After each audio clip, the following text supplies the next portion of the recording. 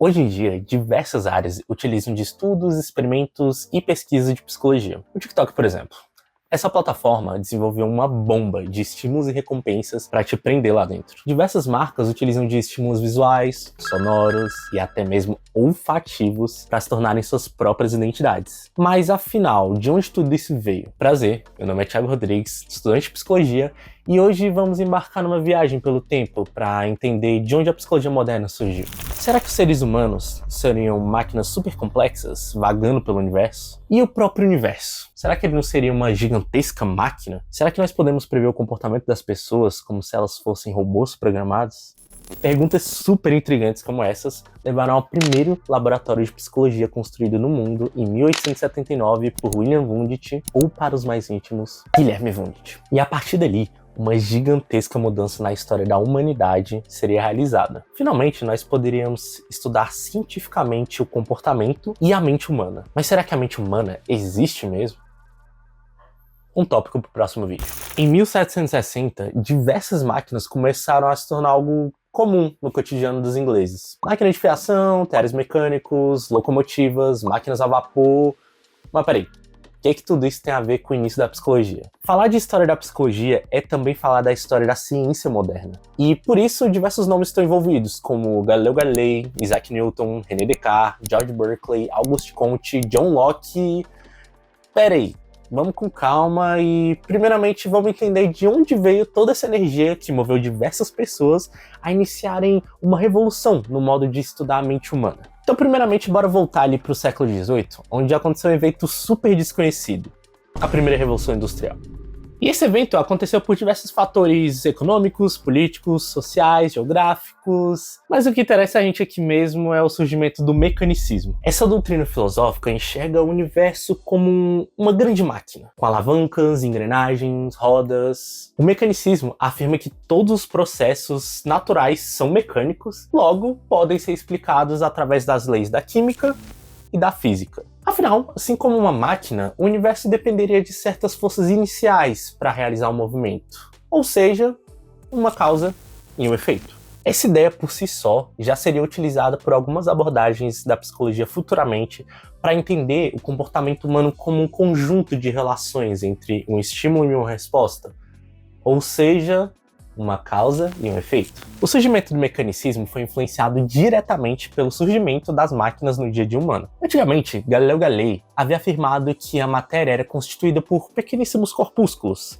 que mais tarde nós chamaríamos de átomos. Esses átomos iriam interagir entre si através do contato direto entre eles. Mais tarde, Isaac Newton iria afirmar que não é bem assim.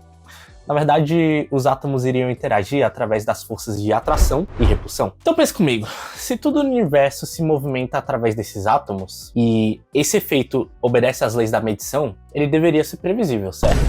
Afinal, esses movimentos seriam precisos e organizados, agindo com uma causa e um efeito. Isso te lembra alguma coisa? E por isso os estudiosos acreditavam que se dominassem todas as leis de funcionamento do universo, eles poderiam prever o seu comportamento futuro. Logo, prever o próprio futuro. Nesse mesmo período, muitos métodos e descobertas avançavam de maneira astronômica, juntamente com a tecnologia. A observação, experimentação e medição eram um diferencial da ciência. Os estudiosos dessa época tentavam definir e atribuir valores numéricos para suas descobertas, que era bem crucial para eles conseguirem repetir com exatidão os cenários dos seus experimentos. Isso reforçava cada vez mais que o universo funcionaria como uma máquina. Diversos aparelhos eram criados e adaptados a todo momento, como relógio de pêndulo, réguas, termômetros, barômetros, e cada vez mais aparelhos eram adaptados e criados para ajudar nessas medições. Então os cientistas pensaram, será que tudo no universo dá para medir? Tudo no universo? Até mesmo o tempo não escapou dessa medição desenfreada. Algo que na época era considerado impossível de quantificar com tamanha precisão, pôde ser quantificado com tamanha precisão através dos relógios mecânicos. O relógio foi sem dúvidas uma das maiores criações do ser humano, definida até mesmo por Daniel Bernstein como a mãe das máquinas. Mas calma aí que o relógio mecânico não é uma criação europeia, mas na verdade chinesa, foi criado por um monge budista em 725. O cara transcendeu mesmo.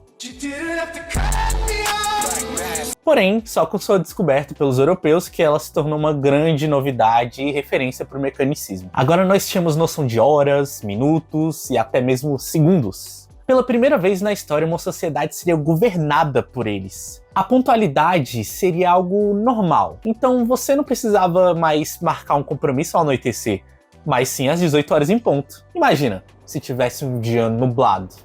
Como você iria saber exatamente quando anoiteceu? Pela regularidade, previsibilidade e exatidão, os cientistas começaram a enxergar os relógios como um modelo para o universo físico. Talvez o próprio universo fosse um gigantesco relógio fabricado e posto em operação pelo próprio criador. E essa noção criou o cenário ideal para o surgimento de duas outras correntes filosóficas, que no caso seria o determinismo e o reducionismo. Se a gente quiser entender o funcionamento de um relógio, seu percurso e movimento, basta desmontá-lo, não é mesmo? Cada engrenagem individualmente provoca um movimento em outra engrenagem e assim por diante. Então, causa e efeito.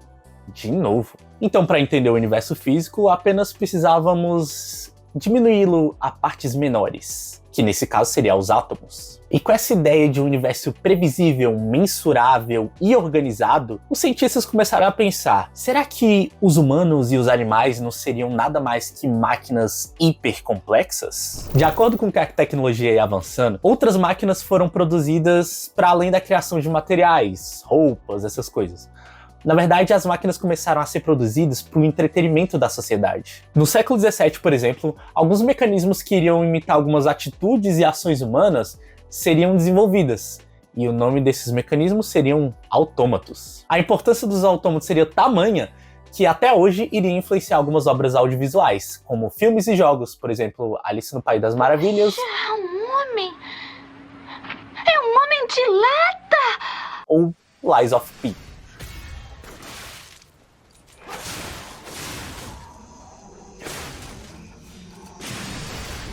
Mas, peraí, assim como o relógio, os autômatos não foram uma invenção europeia. Na verdade, existem documentos que mostram a invenção pelos chineses e no mundo árabe e grego. Mas, assim como muita coisa, esse trabalho foi perdido e só se tornou uma novidade pelos europeus quando eles descobriram. Um dos autômatos mais importantes de todos definitivamente foi um criado por Jacques de Vaucanson, que seria um pato mecânico capaz de comer grãos e até mesmo defecá-los. Pensa comigo, se a gente quiser entender exatamente como um ser humano anda, o caminho mais completo de todos seria criarmos pernas.